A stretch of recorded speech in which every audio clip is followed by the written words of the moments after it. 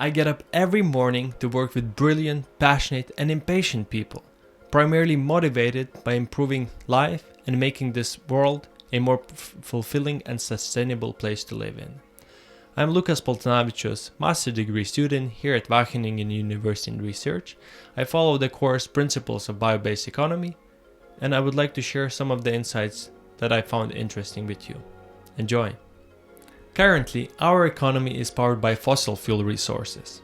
Biobased economy is about transition, using biomass as a raw material instead. Nowadays, in the linear economy, most of the fossil fuel resources are being used only once.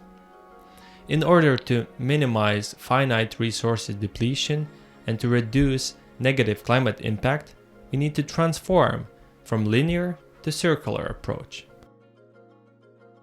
Nearly everything around us is built from petrochemical building blocks or oleochemicals, such as palm oil or soybean oil.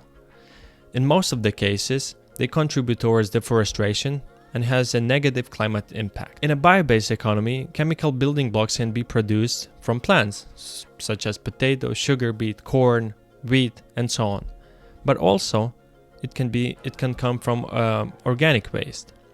Organic waste comes from supermarkets, restaurants, or even households.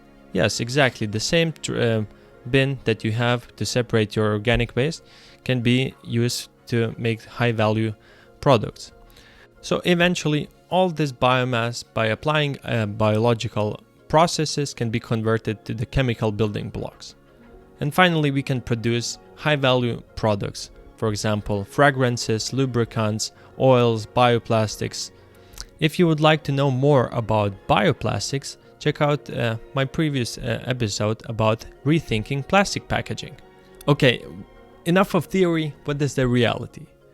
So there are quite a few companies where they're using orange peels from the supermarkets, or they're collecting coffee grounds from cafes, or for example Chaincraft, where they are collecting organic waste from supermarkets and restaurants, and they're actually applying theory and they're building high value chemical building blocks. Last year I went to Brussels to Biobased Industries conference, where I could see quite a few applications. For example, PLA, which is a bioplastic. PLA, it derives from plant-based glucose, which is later fermented, and PLA cup, the plastic little cup or beer bottle, is created. So it's quite fascinating actually to touch all these inventions and all these things coming into reality. So let's come back to the Wageningen and to the Principles of Biobased Economy course, and let's ask a student, what do they do during the course? We mainly have lectures in which we get acquainted with the materials, what does a bio-based economy entail, what do we have to think about. Additionally, we also have tutorials to get more acquainted and practice a little bit with the material. And in the end, we use that to do a case study. In our case, it's on hemp, and what we can use hemp for to create new products, innovative products that we can possibly use to have a more sustainable future. And what would be the advice for future students from the course coordinator of Principles of Biobased Economy course? To make this bio-based and sustainable future, you need to know a lot. You need to know a lot about transitions, about chemistry, about legislations, about plant growth. So choose one of these topics, be good in it, and have an open eye to all the other topics. If you would like to hear more about the conversation with the Biobased Economy editor Hans Langeveld, check out my channel and you can find the whole interview with him.